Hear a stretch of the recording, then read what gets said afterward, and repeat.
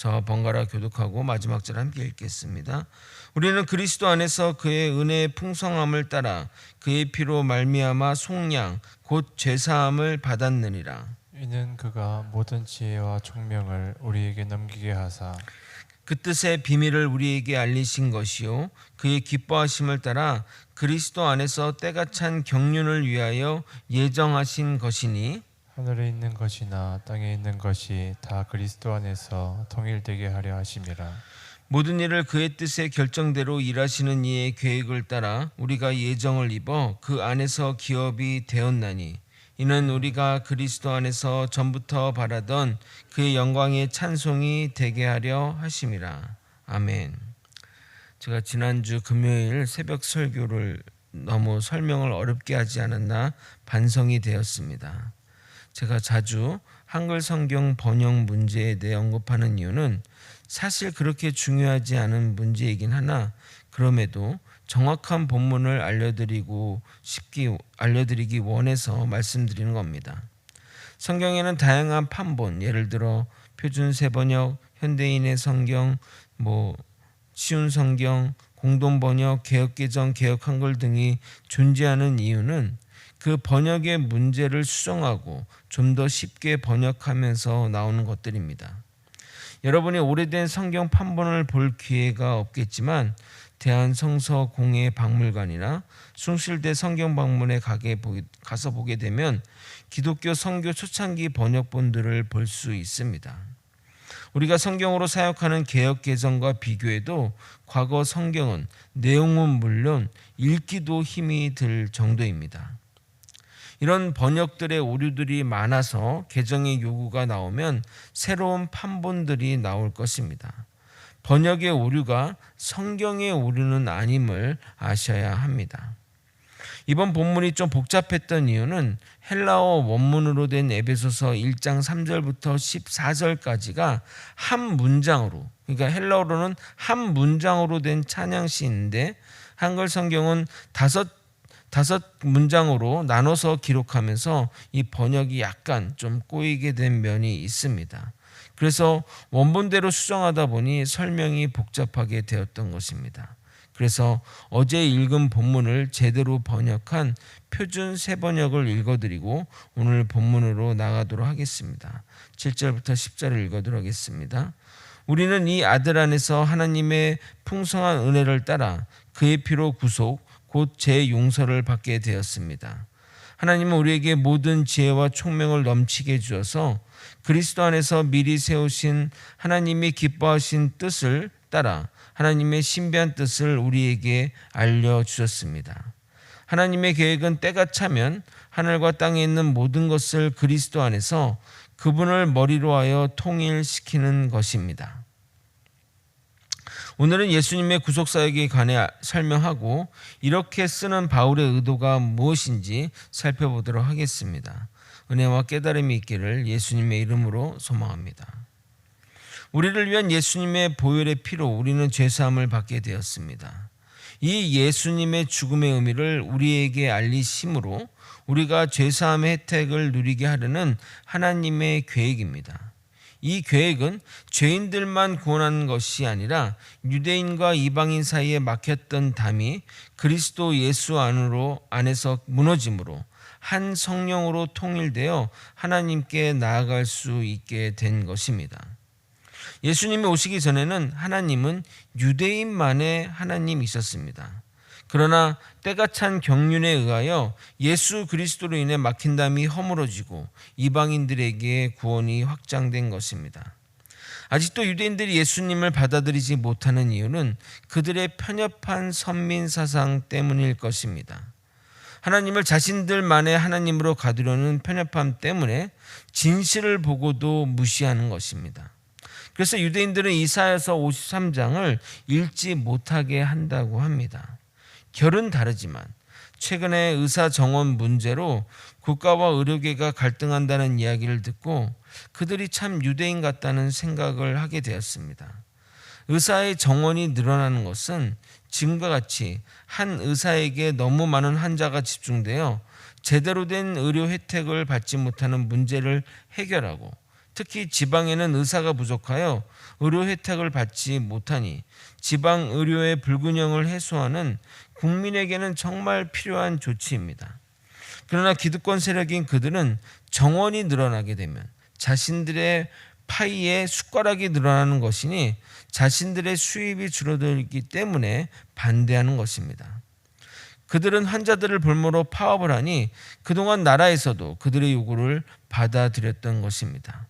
심지어 간호사들에게도 자신들의 파이, 그것도 파이 부스러기에 불과한데 그것도 용납하지 않는 옹졸한 집단입니다. 참 안타깝죠. 다시 본문으로 돌아와 10절을 읽고 정리하게 되면 하늘에 있는 것이나 땅에 있는 것이 다 그리스도 안에서 통일되게 하려 하심이라. 때가 되어 하나님의 계획은 만유가 그리스도 안에서 통일되게 하려는 것이라고 이야기하고 있습니다. 여기서 통일은 이방인과 유대인의 구분 없이 모든 인류에게 구원의 기회가 열렸다는 소극적인 의미와 인간을 위하여 창조된 모든 만물이 하나님의 선하신 계획과 멀어져 잘못된 방향으로 나아갔기에 그것들을 창조의 때로 돌이킨다는 돌리신다는 적극적인 의미를 포함하는 것입니다. 그러므로 그리스도의 순종으로 말미암은 구속은 인간만 아니라 모든 피조물이 다시 하나님의 창조의 목적대로 나아가는 전 우주적인 사건입니다. 더 나아가 유대인과 이방인 모두 그리스도를 머리로 하여 하나님의 연합된 유일한 구속 공동체인 교회를 형성하게 된 것입니다. 그러므로 통일된 공동체를 추구하는 교회 안에서는 차별이 있을 수 없습니다. 가진 것으로, 배운 것으로, 자리로 사람을 차별한다면 그것은 교회가 아닌 것입니다. 강남의 일부 교회는 공통의 관심사로 목장을 묶어서 의사 목장, 교수 목장, 변호사 목장 등등 이렇게 그룹을 나눈다고 합니다. 취지는 이해하지만 결국 그것은 그들만의 리그를 만들 뿐이고 결국 교회 내 차별로 가는 통로가 될 것입니다. 교회는 그리스도께서 이루신 구속의 결과물로서 반드시 하나됨을 힘써 지켜야 할 사명을 부여받은 공동체입니다. 하나됨을 가능케 하는 것이 바로 사랑입니다. 형제 사랑하기를 나 자신 사랑하듯이 하면 우리는 교회의 일치와 하나됨을 이뤄낼 수 있습니다. 당연히 교회 안에서는 차별이 있어서는 안 됩니다. 교회 안에서도 세상과 같이 차별이 존재한다면 우리를 구속하신, 그것도 당신의 독생자를 내어주어 구속하신 하나님의 뜻을 저버리는 행동입니다. 그리스도 안에서는 모두가 공평합니다. 골로새서 3장 11절은 이렇게 얘기합니다. 거기에는 헬라인이나 유대인이나 할레파나 무할레파나 야만인이나 스구디아인이나 종이나 자유인이 차별이 있을 수 없나니 오직 그리스도는 만유시요 만유 안에 계시니라. 아멘. 이어서 11절 12절은 하나님이 우리에게 구속사역의 비밀을 알려주신 두 번째 이유에 대한 설명입니다. 첫 번째는 앞에 말씀드린 대로 만유가 통일되게 하려는 것이며 두 번째로는 성도로 하여금 그의 영광의 찬송을 드리는 자가 되게 하기 위함입니다. 하나님은 모든 일을 당신이 원하시는 대로 이루시는데 성도는 그분의 목적을 따라 예정을 입은 자들입니다. 그런데 하나님도 이 일을 위해 일하신다는 것이 다른 종교와의 차이점이라 하겠습니다. 다른 종교, 특히 이슬람교는 신이 세상을 창조하시고 뒷짐지고 구경하시는 분으로 이해하는데 우리가 믿는 하나님은 두 손 걷어 붙이고 역사 속에서 현실 속에서 능동적으로 일하시는 분이라는 사실을 잊어서는 안 됩니다. 그래서 어느 유명한 목회자는 이러한 하나님의 일하심을 하나님의 열심이라고 표현하기도 합니다. 하나님이 열심을 가지고 일하시기에 하나님의 계획은 반드시 이루어지는 것입니다. 이제 오늘 본문에서 가장 어려운 부분을 설명하도록 하겠습니다. 먼저 11절을 여러분이 한번 읽어보도록 하겠습니다. 함께 읽겠습니다. 시작.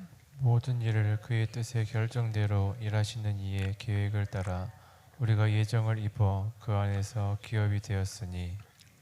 먼저 눈여겨보아야 할 것 문장은 일하시는 이의 계획을 따라 우리가 예정을 입어입니다.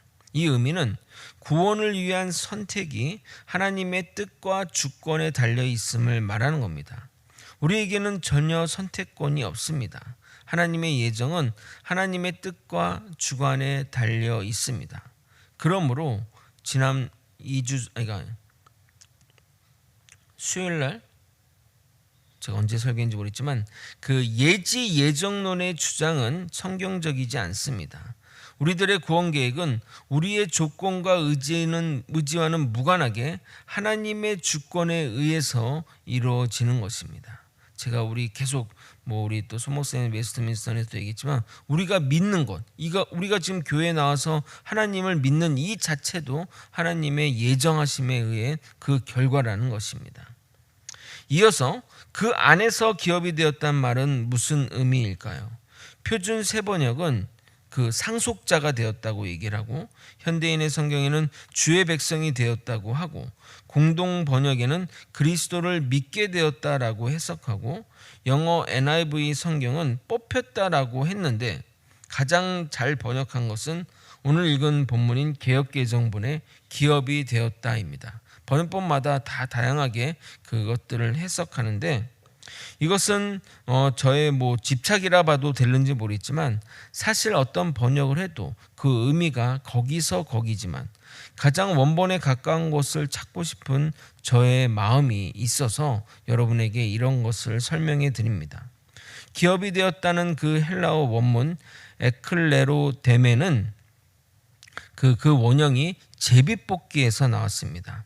과거 출애굽 백성들이 자신들의 기업을 배분받을 때 제비뽑기로 뽑았기에 선택되었다고 번역하기도 하고 상속자나 또는 주의 백성이라고 말하는데 제비뽑기의 의미를 잘 반영하면서 성경 다른 곳에 쓰인 용례를 따라 기업이 되었다고 하는 것이 가장 좋은 번역이라 할 수 있습니다.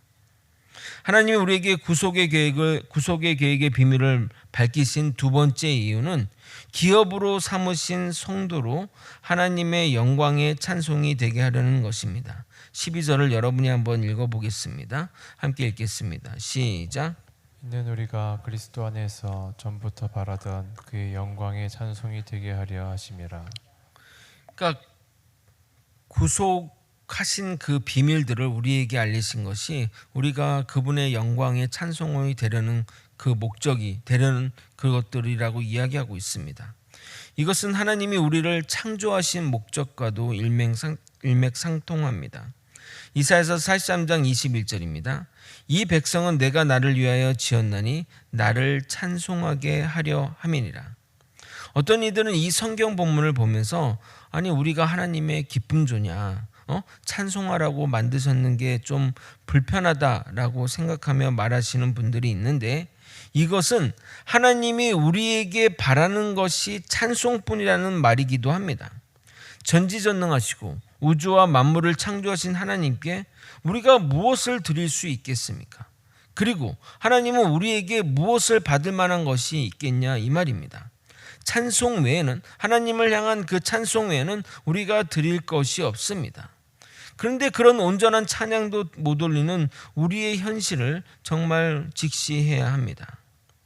말씀을 정리하겠습니다. 하나님이 계획하신 구원의 비밀을 우리에게 알려주셨는데 그 첫 번째는 그리스도 안에서 그리스도를 통해 만유가 통일되게 하려는 것입니다. 이 구원은 인간만을 위한 구원을 말하는 것이 아니라 모든 피조 세계를 포함한 것입니다. 우리의 창조의 때로 창조하신 그때로 되돌리는 구원인 것입니다. 하나님이 구원의 비밀을 우리에게 알리신 두 번째 이유는 우리가 그의 영광을 찬송하게 하려는 것입니다. 이 모든 것이 주님의 은혜임을 깨닫고 우리가 주님이 아니었으면 철저히 죽어야 하는 존재임을 깨닫게 된다면 당연히 우리는 주님을 찬양하는 자리로 나아가게 된 마련입니다. 이 모든 일들이 우리의 조건과 뜻이 아닌 하나님의 계획에 따른 예정임을 잊어서는 안 됩니다. 우리는 예수 그리스도 안에서 주의 기업이 되었습니다. 이 놀라운 사실을 잊지 않고 살아가는 저와 여러분이 되시길 예수님의 이름으로 소망합니다. 아멘. 기도하시겠습니다. 하나님의 뜻을 따라 하나님의 계획하심에 따라 예정된 우리는 하나님의 그 구원의 비밀을 알게 되었고 그것을 통해 그의 영광, 주님의 영광을 위해 찬송하는 자가 되기를 소망합니다. 아버지, 우리가 주님께 올려드릴 것이 찬송밖에 더 있겠습니까? 온전한 찬양을 올려드림으로써 하나님께 영광의 찬송을 올려드리는, 그래서 주님이 기뻐하시는 찬양이 될 수 있도록 이끌어 주시고 인도하여 주시옵소서. 사랑이 많으신 예수 그리스도 이름으로 기도드립나이다. 아멘. 주기도